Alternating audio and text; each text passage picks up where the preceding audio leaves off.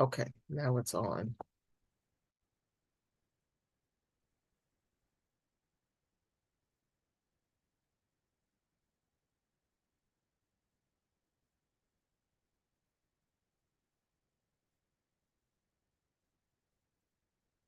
And we'll let Miss Marshall in. We let her in.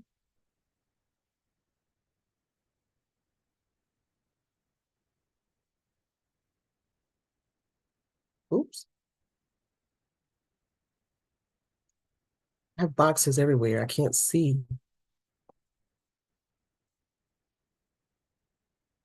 There it goes.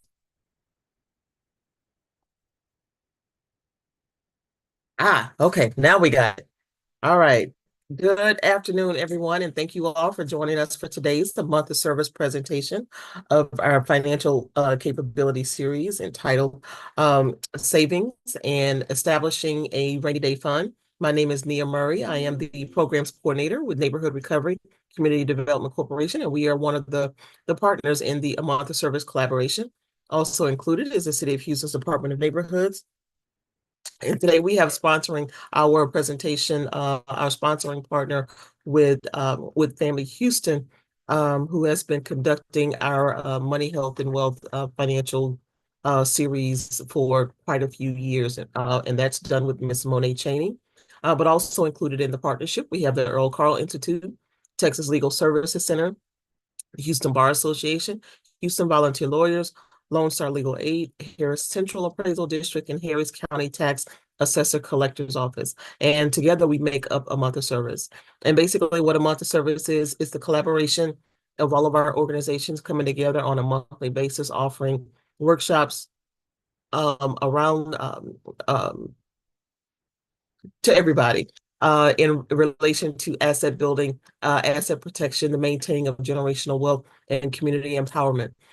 We know that there's a lot of information that does not get to a lot of communities that are out there. So we wanted to collaborate and come together and try to get as much information out to the communities that we all serve as best we possibly can. So we decided to, get together and combine a lot of our programs, our resources to try and reach as many people as we can to create a larger impact. Um, we used to do these presentations in person, but of course, since the pandemic, we have transition to a virtual platform, which has allowed us to reach even more people in other surrounding communities, surrounding counties, and throughout the entire state of Texas, and even across the country in some instances where we have people joining in. We want to thank you for coming back and continuing to participate and to attend these virtual workshops that we have. Without you guys' feedback and continued participation, we wouldn't be able to offer this information. In addition to that, we want to thank all of our presenters that we have each month. We have professionals that are in their area of expertise that are providing you with the most up-to-date and most accurate information. Again, we know that there are a lot of people that don't have a lot access to a lot of resources, but there's a lot of misinformation that's out there, especially in the day of social media. There's a lot of misinformation related to your finances, even in some or your civil legal matters that just do not apply to the state of Texas. And again, we have like people kind of just giving general information based on what they kind of heard. So we wanted to make sure that the information that we do provide for you is from the actual experts, again, in the areas of their field of expertise. So today we're going to be talking about savings, establishing a rainy day fund. We know that a lot of disasters, we're in hopefully leading towards the end of the hurricane season. When you get a lot of these natural disasters, when you have, family members that pass away or people that are losing their job, and they don't really actually have a plan in place. So we wanted to have the expert today, the financial coach with Family Houston, to provide you guys with some information about how to start establishing a savings plan, or what is it that you could do, what simple little things that you can do to kind of help build you a savings nest egg. So it doesn't really take a lot. It really just kind of need to kind of start with the habit of actually saving and kind of changing the mindset about what your options and what your opportunities are to actually save. So we hope that you all receive the information that we provide for you today, and ask that you please feel free to reach out to our presenter with more one-on-one detailed information. Also, please note that the information that is provided is for educational purposes. If you do find yourselves in need of any civil legal assistance, we do ask that you reach out to our legal service partners that are part of the A Month of Service Partnership. In asking your questions today, please feel free to type them into the chat. Do keep in mind that we are broadcasting live on our social media platform on Facebook and sharing it on YouTube. So we ask that you try to keep your questions to be general in nature. And we also are recording, and we'll be sending out this recording to the folks that have registered for today's presentation. In addition to that, again, we want to try to protect your privacy as much as we possibly can. But if you are joining us online on social media, everybody's online. My apologies. If you are joining us on social media today, just feel free to type your question into the chat in the comment section, and we'll make sure that it gets read aloud at the end. Well, if anyone has emailed me questions prior to today's presentation when you registered, I'll make sure to go over those questions at the end as well too. So there's going to be a lot of information that Ms. Monet is going to be covering for you today. So again, we want to go ahead and get started, and thank you once again for joining for this presentation. So Monet, go right ahead, and I'm sorry. No, we're going to introduce our other partner that's joining us today, the newest member from the City of Houston's Department of Neighborhoods, Ms. Cecile Carlson. Have her introduce, and then Monet, we can have you introduce and go right on into your presentation. Thank you, Nia. Welcome, everybody. Good afternoon. Thank you so much for being here. My name is Cecile Carlson, and like Nia said, I am the new outreach coordinator with the Office of Neighborhood Engagement here at the Department of Neighborhoods. We are very thankful and excited for each presentation. I'm particularly excited and interested in this one because saving is something that sometimes feels very monumental. Like, we all have bills and priorities, and sometimes putting money away for savings, at least in my personal experience, has felt like daunting. So I'm excited to hear about what little steps we can all take to establish a savings fund. And on behalf of the City of Houston, we want to thank all of the partners for this collaboration and bringing information to the public, information that is fact-checked, that is true, and that is coming from the experts. And so on behalf of Mayor Whitmire and the Department of Neighborhoods, our Director Sims, we want to just welcome you and thank you guys for this opportunity. And we want to introduce Monet. Monet, take it away. Hi, good afternoon. My name is Monet Cheney, and I'm a senior financial coach with Family Houston. And Family Houston have collaborated with NRCDC for years. Honestly, I'm thinking maybe like 10 years or more. Yeah, probably. Before COVID. And every year we do provide financial education classes for free to the community. And so, like you said, today did my share screen go down? No, it's still there. You can see it? Okay. I can't see it anymore, so give me 1 second. I don't know what I did with my view.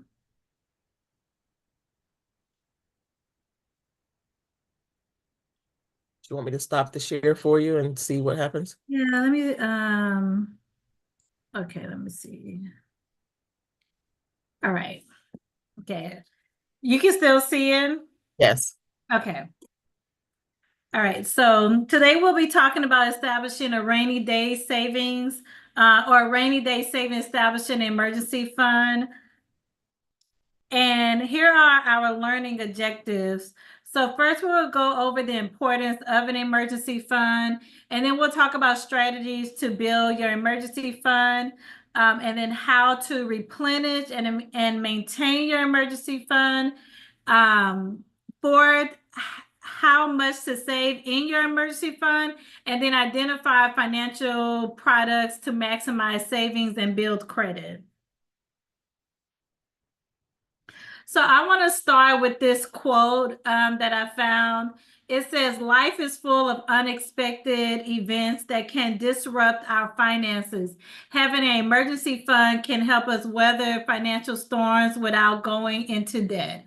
So I asked the question, what can we do today that our future self will thank us for later? So when you're thinking about establishing an emergency fund for those emergencies, just consider what are things you can sacrifice today that you can be able to save money so you can have that money in the future in a case there are emergencies. So usually when there's an emergency, it's kind of like you might be in a little bit of a crisis mode. You're trying to figure out, how am I going to cover this unexpected expense and how am I going to get through this? So when you have that fund already set up, then it kind of takes away some of that stress. So then you'll be thanking yourself later by saying, oh my God, I'm so thankful that I set aside this money, because if I hadn't done this, then I wouldn't have been able to cover this unexpected expense and not have to go through the stress of borrowing money or asking family and friends for money, or maybe going into debt to cover an emergency. So here's why it's very important to have an emergency fund. Unexpected expenses, job loss, medical emergencies can quickly drain our savings. A healthy emergency fund can provide a financial safety net, reducing stress and giving us time to recover. So these things, whether we like it or not, these things are going to come up and can happen at some point in our lifetime. So making sure that we have that savings set aside is going to reduce the stress. So you're not, it's already a crisis in itself whenever you have an unexpected expense, or you lose your job, or there's a medical emergency. So being able to recover from this emergency, being able to have the funds to take care of it, is just going to reduce the amount of stress that's going to be added to that crisis moment in your life. And you don't want to have to be thinking, okay, well, where am I going to get the money to pay this medical bill? Or where am I going to get the money to get my vehicle fixed because I was in an accident, or my tire blew out and I have to get to work?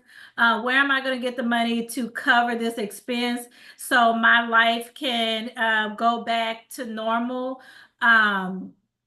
So you should be borrowing from yourself, because when you borrow from others, then that means, first of all, you got to track down the funds. So you have to find someone who's going to loan you the money, whether it's a bank. Some people might rely on predatory lending options. And then some people might rely on friends and family. So it could be a case that maybe you don't have friends and family that can help you out in that moment. Maybe you might not be in a good credit position to borrow from a bank and get a decent interest rate, or maybe you don't have a credit card as an option, or you so then you might have to lean on predatory lending, which is going to give you a very, very high interest rate. So not only do you have to take care of this expense, but now you're having to worry and stress over paying someone back, and potentially paying back more than you would have had to pay if you had a saving fund already set up. So Why it's important is number one, it provides financial stability. A strong emergency fund is going to provide a safety net during unexpected financial hardships, keeping our finances stable and reducing stress. Two, it's going to help you avoid debt. So having an emergency fund helps us avoid going into debt by providing the resources needed to handle unexpected expenses without borrowing. Third, peace of mind. So knowing that we have a financial resource to handle unexpected challenges, provide that peace of mind, allowing us to focus on what matters most. And then lastly, improved credit score. So avoiding debt by using our emergency fund helps us maintain a good credit score, making it easier to access loans or credit when needed. So when you're piecing all of these things together, you're seeing how establishing an emergency fund is going to provide you the most financial stability in the future. And again, you're not stressing. You already have the money available to borrow from yourself. You don't have to worry about high interest debt that you'll have to pay back. And because you're using your savings, you're keeping those debt balances low. You're not adding inquiries to your credit report. You don't run the risk of making late payments because maybe that payment becomes unaffordable. So overall, you're going to maintain a good financial health. So when it comes to wondering, well, how much should I put in an emergency fund? So there's two types of emergency funds to consider. There is the emergency funds that deal with a loss in income. So meaning you lose your job, or maybe you have to stop working for medical reasons. So experts recommend aiming for 3 to 6 months of essential living expenses in an emergency fund, but the specific amount would depend on your individual circumstances and risk tolerance. So when you're considering creating an emergency fund for dealing with income loss, then you are going to look at your own budget. So you're going to sit down, you're going to track your income and expenses, and you're going to do an accurate tracking of your expenses, and you're going to determine which expenses on your budget is essential to use sustaining life in the time that you do not, you have a reduction in income. So all of your wants are not going to be included. So the only thing you're going to include are basic needs. And then that is the goal amount that you're going to strive for when you're thinking of aiming to save for 3 to 6 months of basic living expenses. So again, you're going to add up all of your basic essential expenses, not including wants. And that is going to be the amount you're going to strive for when you're thinking about a bigger emergency fund in the case that there's a loss of income in the household. So here are some factors to consider as well when you are determining how much you should put into this type of emergency fund.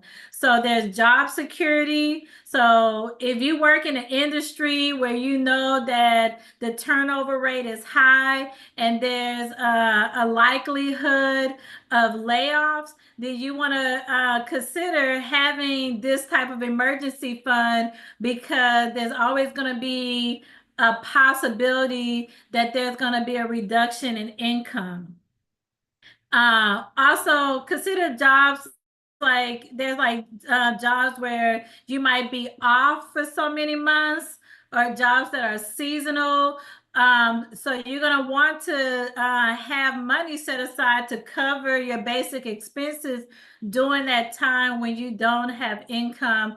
And this can be for contract workers. This can be for entrepreneurs who might have like different seasons where income is higher and lower. Also, this can be for, like I said, those who work in career fields where there can be layoffs at times. Next, you're going to consider your dependents. So who's depending on your income? So you're going to consider your dependents in your household. You're going to consider any health conditions. So if you're someone that's on like medication or supplements, or you have dependents that have health conditions that you have to cover, as well as being able to maintain medical insurance. So these are things you're going to have to consider. And then you're going to consider your debt levels. So how much are you paying monthly towards debts? And then some general guidelines. Again, you're going to do 3 to 6 months of expenses for stable employment. So if you're someone, if you're working in a stable career field, there's not much likelihood that you're going to get laid off, then 3 to 6 months might be a good guideline or a good place when it comes to the amount that you're considering or saving. If you work in a job or career field that's less secure, so just say you're an entrepreneur, or maybe you're a contract worker, or you work in an industry that have layoffs at times, then you might want to consider 6 to 12 months of expenses for those type of career fields, especially if you're in a career field where it might take a long period of time for you to get rehired. And then that's considering higher amounts for higher debt levels or health concerns. So again, if you have a lot of debts that you're paying, if you have health concerns, you are your dependents, then you want to consider making sure that you have funds set aside for that. And again, this is a bigger emergency fund to strive for. This is definitely not something that you can immediately say, okay, well, I'm just going to have 3 to 6 months saved. It might take you time to build this emergency fund, but this is a type of emergency fund to consider. Just continuing on, as in some general guidelines on how much to consider saving for an emergency fund, separate from the larger emergency fund that I talked about when there's like a job loss or like an income change in the household. Consider starting with a small emergency fund of $1,000 to $2,500 to cover small emergencies. This smaller fund is important because it is a little bit easier to strive for. Once a year, sometimes we get bonuses. Some of us, we get income tax refunds. So this can be a type of emergency fund that you can set when you're getting extra income in your budget. Otherwise, you can challenge yourself each month to set aside some money to build up to this small emergency fund amount. And then some general guidelines when having a smaller emergency fund is only use funds for emergencies such as car repairs. It can be co-pays for medical emergencies, etc. So when you're thinking of what emergencies are considered small, it's going to be any type of emergency that's less than $2,500 to cover the emergency. And then you always want to replenish funds to keep a set amount for future emergencies. And then I will add, if you are a homeowner, then you also probably want to consider having a savings to cover emergencies that affect your home. So Houston, unfortunately, we are in a zone that where we have a lot of, like, we have hurricane season. This year we had the tornadoes that hit. So, and then there's flooding, there's possibility for wind damage. One year we had the major freeze, and we saw a lot of damage from that. So if you are a homeowner, you might want to consider having money set aside to cover any type of insurance deductibles that you might have to pay, as well as any type of emergency that might be with the house. So, like, something might break on the house that's very important. It gets up to 100 degrees in Houston. So yeah, if your AC go out, you want to be able to fix your AC. So just making sure that you have funds to cover any emergencies that might come up as a homeowner. Are there any questions before I move on, or anything anyone wants to add? Not yet. Okay.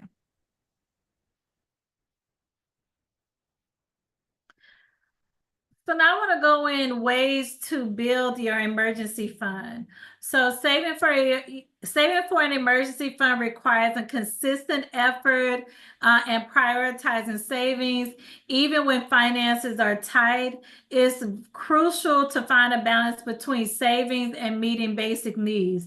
So as a financial coach, I do believe that in most cases, individuals can find a little bit of money to set aside into savings if you are managing your income and managing a budget very well. And it can start with $5 a month.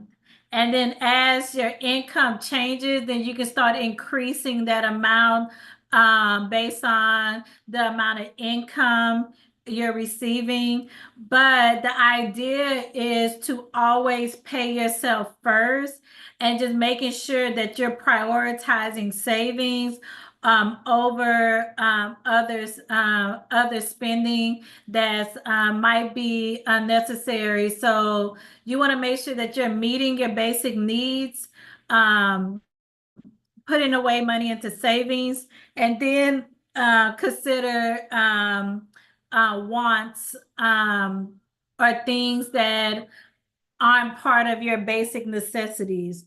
So here are some tips and strategies to prioritize saving and start building your emergency fund. So number one, you want to set a goal. So when it comes to setting goals, we like to think about the acronym SMART. So you want your goals to be specific. You want it to be measurable. You want it to be attainable. So making sure that it's an amount that's easily attainable, but it have to have a little bit of challenge, but not too much. You want the goal to be relevant to you and realistic, and then you want it to also have a deadline. So you want to have a stopping point. So when you set a goal, you're going to determine how much you want to save, set a realistic timeline to achieve it, and then utilize your budget to set the amount. So before, I talked about two different types of emergency funds. I talked about a bigger one that would help cover your basic essential needs in the time of an income loss. And then I talked about a smaller emergency fund that covers in the case, you have an accident, or there's a medical emergency, or anything that's a very small amount.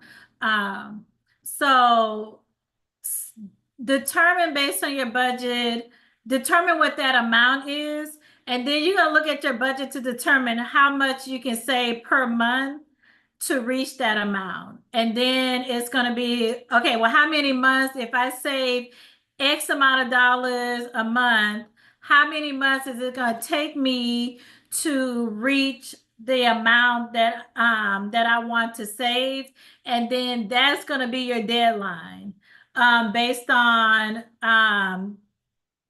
determining what the overall goal amount, dividing that up into months. Some people like to divide it up per paycheck, so they get paid twice a month and they're saving, then they're doing 2 payments to their savings a month. So however you want to determine what that frequency is, that's going to help you set what your deadline is.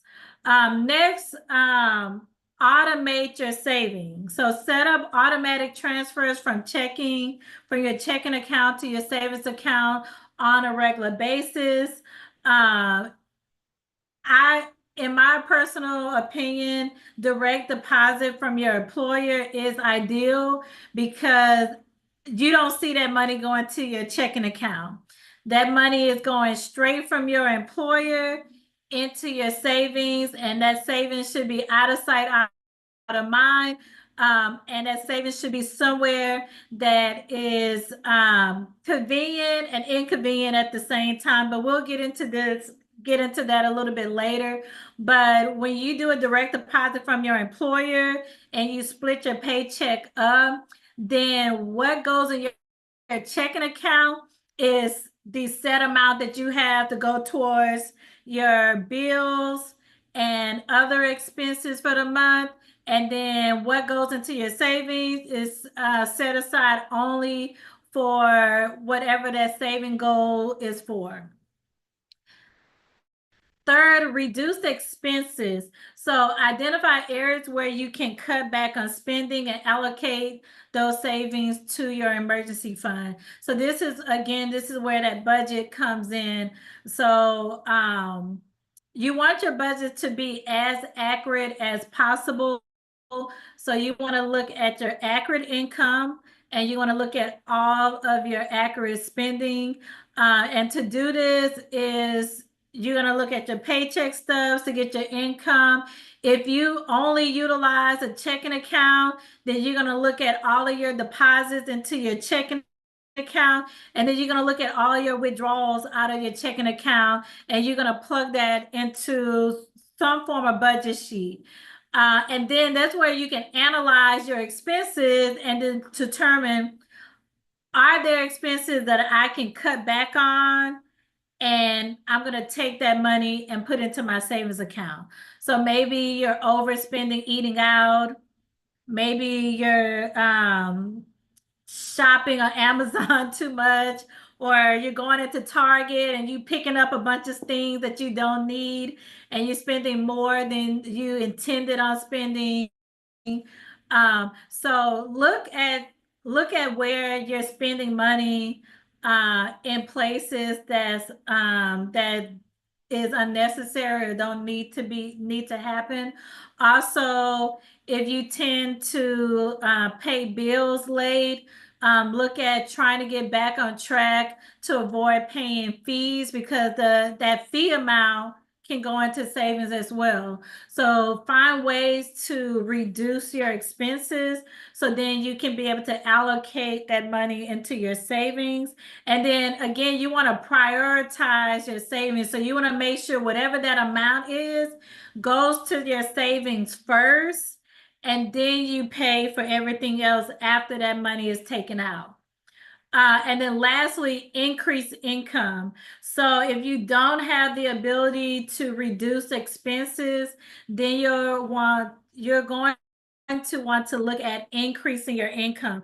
So consider taking a side hustle, a side job, or finding ways to increase income to accelerate your saving progress. And then save extra income as you receive it. So I've done this before. I wanted to go on a trip, so I took on a little side gig to earn extra income, and all of that extra income from that particular job, it went all straight to savings. Like the direct deposit was set up to go straight to savings. And I've seen, clients do it too, pick up extra jobs or a second job in order to build up their savings. If you have a hobby or you have something that you're very good at, then maybe you can turn that into a business or monetize it. The holiday season is coming up. If you're good at making beautiful Christmas wreaths, maybe you want to make some Christmas wreaths and sell them, and that can be some extra income that you can use to jumpstart an emergency savings. Or maybe there's some other, like, maybe you're someone, if you're good at decorating parties or something, maybe you can start a business doing that. So look for ways you can generate extra income. There might be things around your home that you don't use anymore, clothes that you can't fit that you can turn into income. So always analyze some ways you can bring in some additional income, and if possible reduce expenses at the same time. And then again, if you're someone who's receiving like bonuses, if you receive tax refunds every year, maybe you get cash money for the holidays or for your birthday, those also can be extra funds that you can put into your savings account. So where do we keep our emergency fund? So choosing a safe and accessible account for your emergency fund is essential. It needs to be liquid, readily available, and protected from market fluctuations. So of course, the ideal place that you would want your emergency fund to be is in a bank account. Preferably a high yield savings account, because these accounts offer higher interest rates than traditional savings accounts, and then they will allow your emergency fund to grow faster over time. There are a lot of banks currently that offer high yield savings accounts with no minimum deposit, no minimal balance requirements. They don't charge any fees. So, of course, I would say look for banks that offer those benefits. I'm not sponsored by any bank, but some banks that I do know of off the top of my head is like Capital One, Ally Bank. These two banks, they do offer high yield savings with no minimal balance, no monthly fees, no minimal deposits to start an account. The one thing I do like about these two banks is they offer saving buckets. So you can have one account, but you can have different buckets for different types of savings under one account number. And then there are other banks that offer similar products. So I do recommend websites like NerdWallet or bankrate.com. And then you can search different high yield saving account options at different banks, and you can compare to see which one offers you the best deal to meet whatever your savings goals are. Next, within the nonprofit world, there are IDA match savings accounts. So if you're interested in purchasing a home, then Covenant Community Capital, they do offer a home buyer IDA account. And then if you're looking for options of match savings that you can use towards emergencies, then the Alliance offer an emergency savings IDA. And then there's a LISC twin account savings. And I believe with the twin account, maybe both of the Alliance accounts, they offer credit building options. Hey, Nia.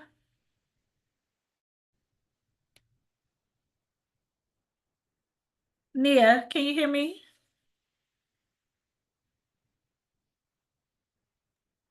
I'm sorry, say that again.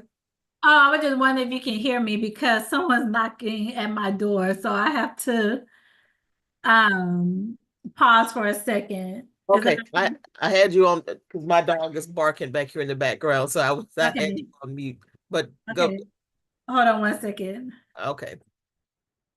Again, if you are joining us online and you have any questions or any kind of comments or anything you'd like to add, please feel free to add it into the chat or in the comment section, and we'll definitely make sure that that it gets read aloud at the end. We are definitely living in an era where you cannot afford to not have an emergency plan. So I'm glad Monet is here to provide this information for you guys. So I'm so sorry about that. that's okay. Go right ahead. I don't know why it keeps making it where I cannot see my screen. Miss Cooksey always said, whenever you're trying to get information out and you always run into an obstacle, it ain't nothing but the devil Right. trying to keep you from getting it out. We trying to get this info out. Because Okay. you can see the PowerPoint, but I I can can't see it. Oh, see. it just stopped Okay. share. Okay, yeah, because I stopped this so I can redo it. Okay. There we go.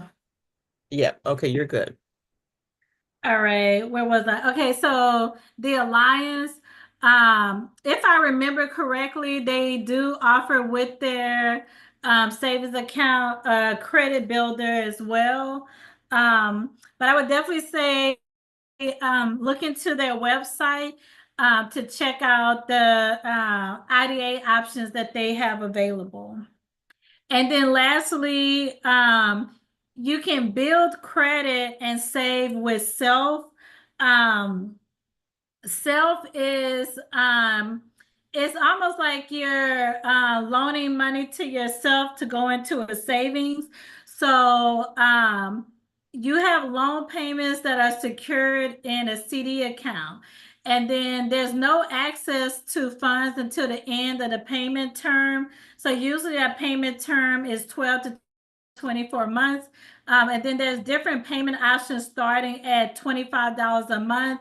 And then that payment history is reported to all three credit bureaus. So not only are you saving funds, you're also building credit at the same time. So this could be a good way to jumpstart an emergency fund because depending on which term you use, then after that term has expired, then you have a pocket of money saved that you can turn into an emergency fund or add to another emergency fund that you have started. And again, I do recommend that your emergency savings is out of sight, out of mind. So meaning that it's separate from your day-to-day spending account. So you don't want it at the same bank as your checking account because what happens is if you can see that money on a regular basis, then you're going to start pinching off of it for things that don't qualify as an emergency, and we don't want that to happen. So I always recommend have your emergency funds and any savings at that you're trying to maintain, have it at a different bank than your daily checking account that you're using on a regular basis. Because you want to make sure that that money is being maintained. Some people, they like to use credit unions because they want to build a relationship with a credit union, or there might be some added benefits by using a particular credit union.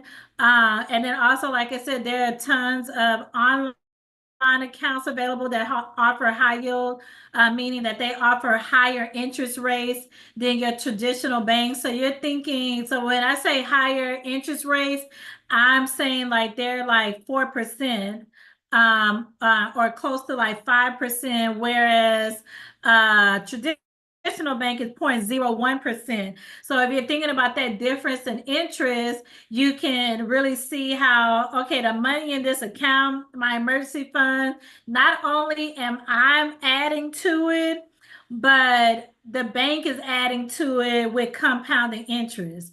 So that means that money can grow faster. So when an emergency happened, you would have more than you actually contributed into that fund. So here are some tips to replenish your emergency fund. So after using funds from your emergency savings, it's crucial to replenish it as soon as possible to maintain its effectiveness. So like I said earlier, you want to borrow from yourself. So anytime you borrow, you have to pay back.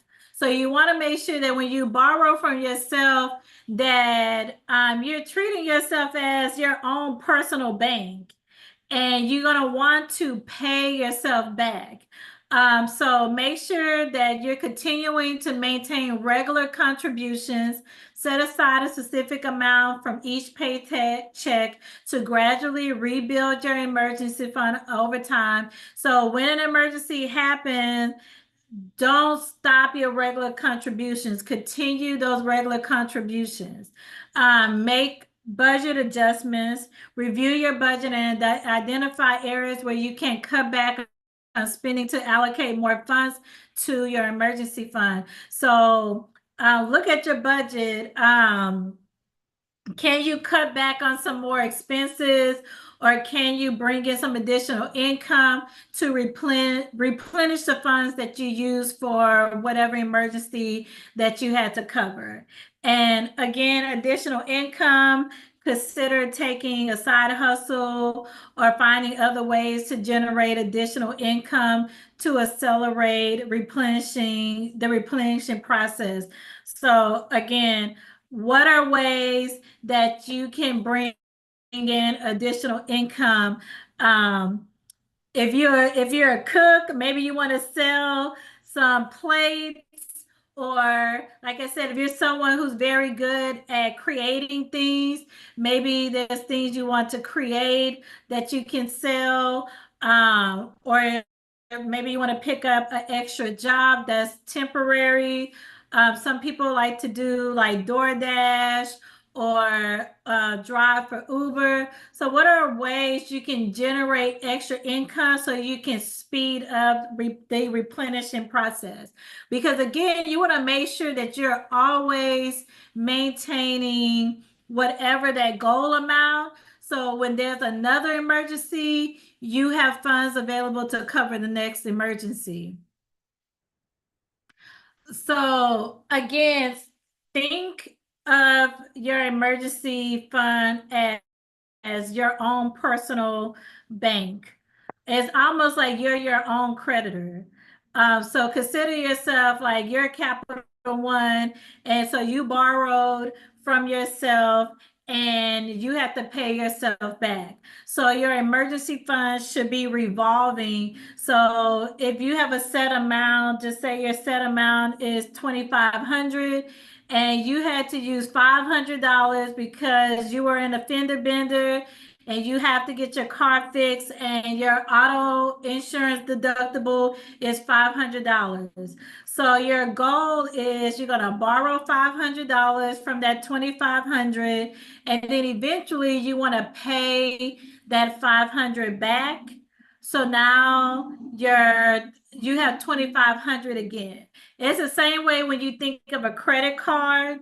You have a set credit card limit, and when you borrow money from that credit card limit, you have to pay that amount back, and then your credit card limit replenishes back to whatever that set amount is. So again, think of your emergency fund as a revolving debt, and that this is a fund that you always want to take from and pay back, because you always want to make sure that there's money available whenever there is another emergency.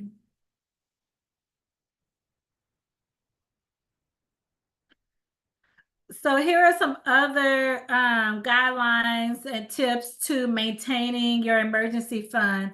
So again, maintaining a healthy emergency fund is an ongoing effort that requires regular monitoring and adjustments based on changes in circumstances and financial goals.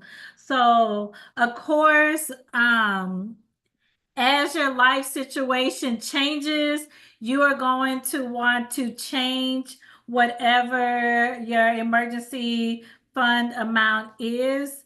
So review your emergency savings on a regular basis. Assess your emergency fund balance and adjust your contribution amounts as needed based on your income and expenses. So the idea is if you earn more income, then you should put more income into savings, or you should put more money into saving versus increasing your expenses. So every year, if you get a raise, or if you change jobs, you're going to want to review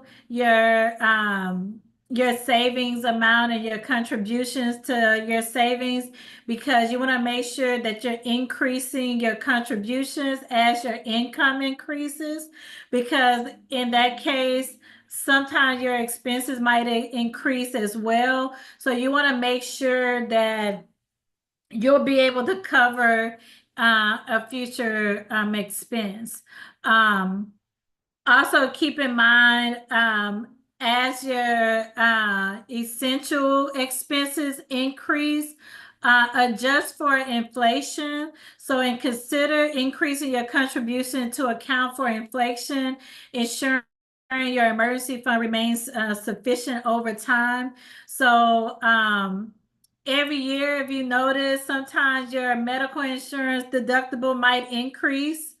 Also, the cost of living is increases as well. So if you're saving up for to cover a job loss, you might have to consider increases in the cost of food, the cost of rent, changes in your mortgage amount because taxes and home insurance went up.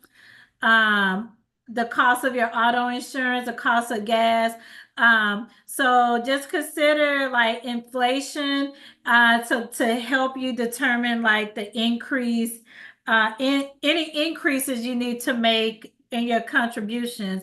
So if you're someone who faithfully track your monthly budget, then you'll be able to notice those slight increases due to inflation. So you'll be able to adjust your emergency fund to fit whatever your current budget and whatever your current income and spending is.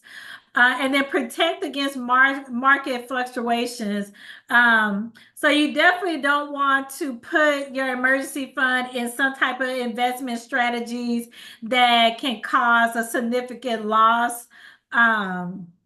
So choose conservative investment strategies to protect your emergency fund from significant losses due to market volatility. So just making sure that your emergency fund is not tied too much to like risky type investment, or and that can be involved with like the stock market or anything like that. So just make sure, I would just keep your emergency savings within just a savings account. And it just, so you don't have to worry about like any loss in funds. And then consider long-term goals. So while your emergency fund is for short-term needs, consider its role in achieving long-term goals such as retirement or home ownership. So again, when you're saving all together, starting with the emergency fund can create the habit, and that habit can lead to longer term savings, such as retirement, or if you're looking to buy a home and you need to save up for a down payment and other costs to buying a home, as well as maintaining your home. Again, there might be expenses or emergencies that might cost a lot more. So just making sure that you're considering those long-term savings goals. Before I move on, because this is the end of the presentation, just covering emergency savings. Are there any questions or anything anyone wants to add? I don't see anything in the chat. Check. You can go ahead. I'm checking the social media sites, so I'll come back to it if there's a question. So I do want to discuss Family Houston and what I do as a financial coach. As a financial coach, we provide services to help our clients meet their financial goals. So if you have a goal to establish a savings and you want to maintain that savings, then with the free financial coaching, we will help you determine what your saving goals should be, as well as hold you accountable to reaching that savings goal. So in our first appointment, we will look at your budget.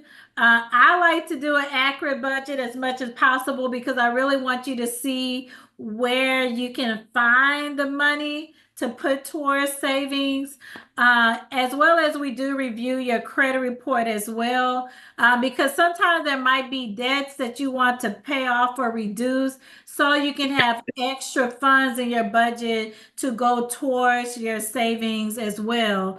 But not only do we help you with establishing, growing and maintaining savings, we can also help you with any credit issues. So if you're needing to learn how to repair your own credit, if you want to learn how to build your credit score, create debt management plans or debt payoff plans, as well as if you're interested in home ownership, or maybe you want to buy a car and you want to get the best deal with buying a car, or you need to save up or get credit ready for those things. Family Houston financial coaches are here to help. And again, this service is free. And what we do is we create personalized plans for organizing your finances. We explore ways to reduce debt and reprioritize spending. We educate you on the importance of building savings and assets, and then we work together with you as a team to help you create a plan to improve credit. And then every client session is tailored to the individual. So your financial coaching session is going to be totally different to someone else's financial coaching session, because this is tailored to your goals and then your current life circumstances, because we are here to be an accountability partner to help you reach your financial goals. And you can meet with us for however long you need or want to meet with us. There's no time frame and there's no stopping place. I have clients that I've been meeting with over 2 years, and we have accomplished so many goals, but there's always new goals that come up that a client might need help accomplishing. So we're always here to help. On the screen, you can, if you go to our website, familyhouston.org, and under our financial stability program tab, there is a link to complete an intake survey. Once you complete an intake survey, then a survey will be sent to a financial coach, and then one of us would reach out to you to schedule if you're able to today, I have a QR code on the screen. You can scan the QR code, and then that would take you directly to our intake survey as well. And we do have financial coaches um, here in Central Houston. We have a coach in the Bay Area, so South Houston going towards Galveston. And we have a coach uh, in Fort Bend, and then we have a coach that covers Waller, Katy, or West Houston. If you want to meet specifically with me, then you can put my name on the intake survey to meet with me. And we do offer bilingual financial coaching for those who speak Spanish. And here's how to get in contact with me. So if you want to schedule an appointment, you can start with filling out the intake survey, or you can contact me directly. My cell number is 832-987-2023. You can text or call me at that number. And my email address is mchaney@familyhouston.org. So that's mcheney@familyhouston.org.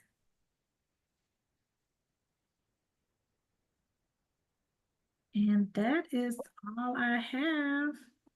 All right, good deal. I don't see anything that was posted on social media. I'm checking the emails from when people registered. How can I find simple forms to help use for my budget? I like, there's a website called Vertex 42, Vertex 42. That's where I get my budget form from. I also have that budget form downloaded, so you can reach out to me and I can send you a budget form that meets your needs. I have different types of budget forms for different types of individuals. And also, if you're meeting with me for financial coaching, we can create a spreadsheet or a budget form that meets your need because, again, it's tailored to you. So you can reach out to me for a budget form. And again, Vertex 42 is a website that has a lot of different types of spreadsheets. So they do have different types of budget forms available. If you're looking for other options, sometimes you can Google search budget forms and you can find some free printouts if you're someone who likes to handwrite. If you like budget journals, there are a lot of affordable options on Amazon, as well as I've seen some at Target and Walmart.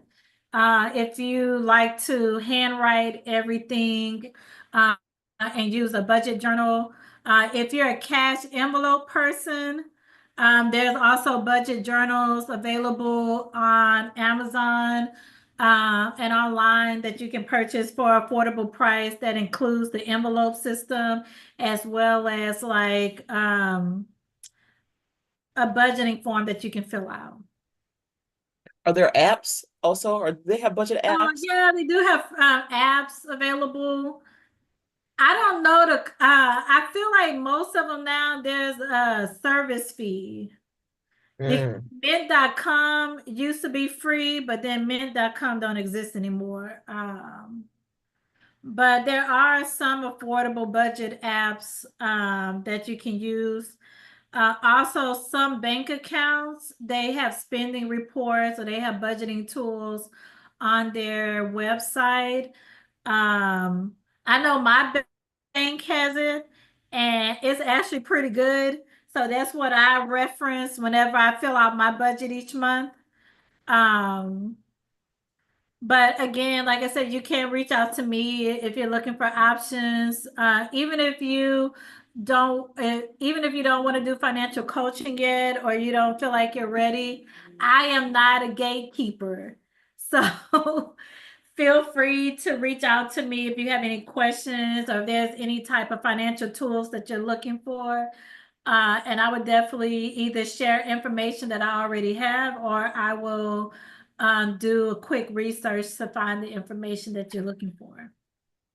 If someone's interested in maybe just, well, let me go back and say this.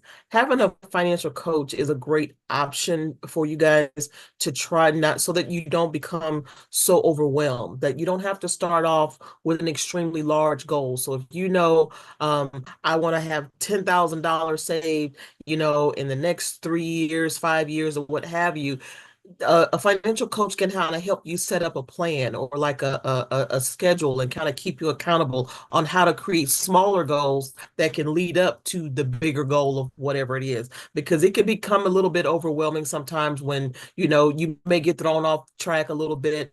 Some other kind of emergency may come up. It may have you to have cause you to have like a little setback or something like that. So that way you don't feel like, oh my God, I'm failing at this task, or I'm not meeting the goal like I think I should be meeting the goal, or something to that effect. So an accountability partner and a financial coach is a great option to kind of help you with creating those smaller goals when it's a big goal that you have in mind. So in addition to that, I wanted to ask, so instead of, would you, or do you all help with, if somebody's got a big goal, they just need the plan, or like how to come up with the steps of what to do, and then they don't need anything else after that. They just need somebody to help kind of get them started, and they can go on from there. Do you guys do that kind of thing too?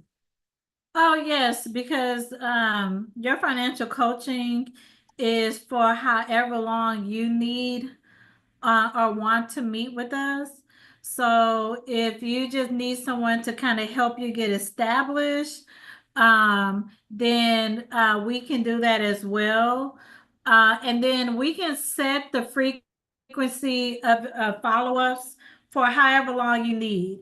So most clients, they want to follow up once a month, depending on the goal that they're working on. Some clients, they only want to meet once every 3 months, or once a year, or once every 6 months. Or some just want to dip in and out as needed. So it's really up.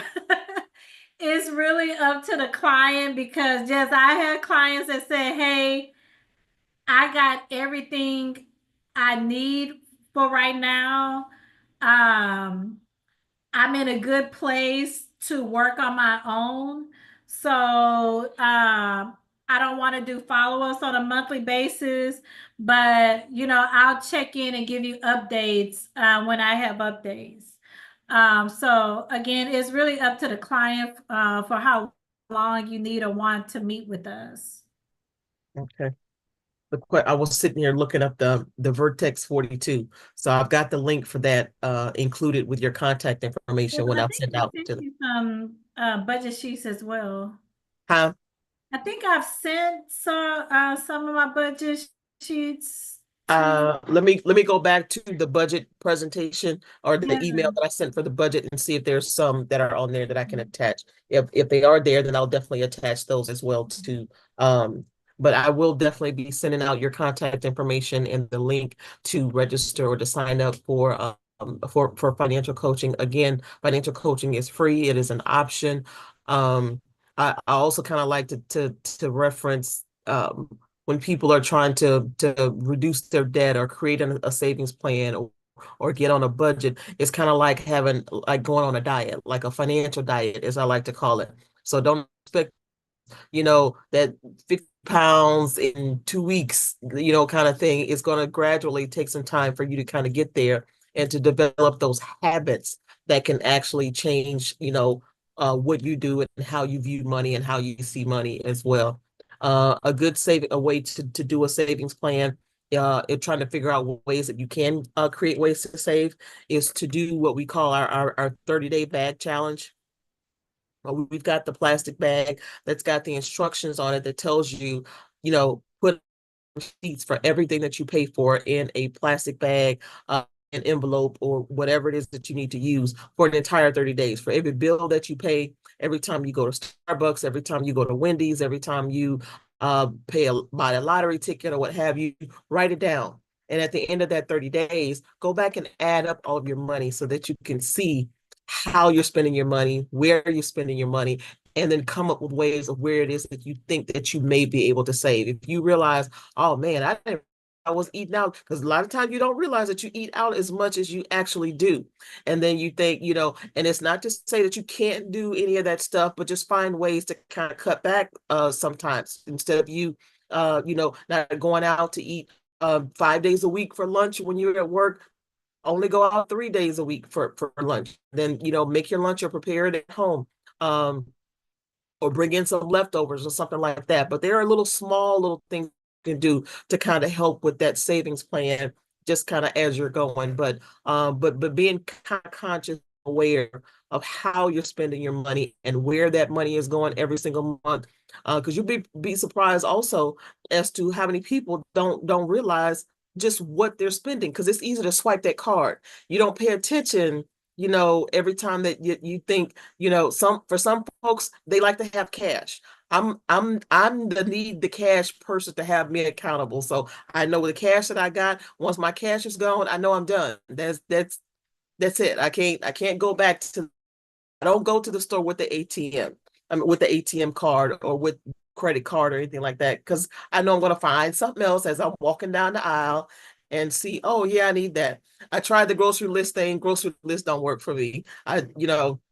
Because I had the money on me or whatever at the time when I go in the store, the grocery list don't matter, because I end up picking up everything else except what was actually on the list.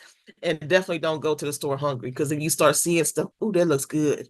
Ooh, I like that too. Or ooh, I think I need this.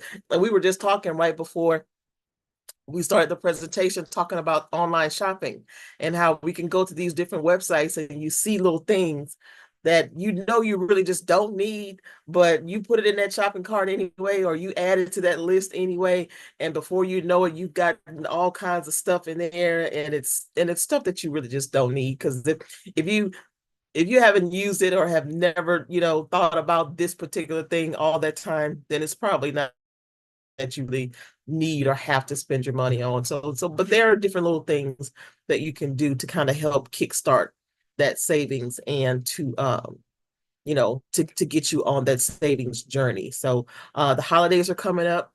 Next month, we have our holiday spending presentation, and things that you can do to kind of be prepared in advance for, is holiday spending next week? Yes, because this is November. Oh my God, it's going to be November already. I can't believe that. Let's see. I think it is our holiday spending that we've got for next month. That's on the calendar. Yes, holiday spending, planning for the holiday purchases. So, as you're creating that savings plan, don't think that you're supposed to spend it all for for the holiday, unless that's the goal. Unless you know that you're the person that has to spend, or know that you're going to do a lot of shopping, plan for it, save for it, and and kind of stay within those parameters of whatever it is that you save when you shop. But we'll get into all of that again next month as well too. So, but I don't see any other questions that anybody had here, and I think that's all I had as far as my little 2 cents goes. So, any kind of wrap up or anything like that you'd like to include, Lorraine? I think that's all I have. Okay. Tomorrow, as part of our money, health, and wealth, or our Lord, money, health, and wealth, our a month of service presentations. We've got our wills and advanced legal planning, and why do you need it? That's coming up. Talk about savings. Having a will or an estate plan put in place to help with not with your family not having to spend so much money on probate and attorneys and things of that nature is essential. It is critical. People are losing their generational wealth. They are losing out on assets. They are losing out on being prepared for the inevitable. So please join us for that presentation for tomorrow.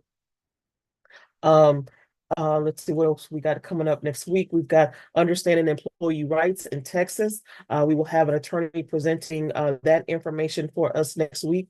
And the part 2 of our series from tomorrow will be on the following Thursday on the 10th. How to handle inherited property, including clearing title and other probate concerns that you may have. So tune in for us for that. And I will be including, again, a link of this recording, as well as all of the resources that Monet referenced throughout the presentation, and the schedule of the activities for the month of October that we have. If there are currently workshops that we do not offer that you all may be interested in, again, your feedback is very important. Please feel free to reach out and let us know, so that we'll be able to properly plan and prepare for what presentations we need to present to you guys in the future. So definitely let us hear from you. If this information or any information that we have from any of our other month of service presentations are helpful for you guys, or have helped to save, we want to hear from you about, that in that regards too. Let us know and say, hey, this was a great presentation. It saved me XYZ, or it helped with this particular scenario.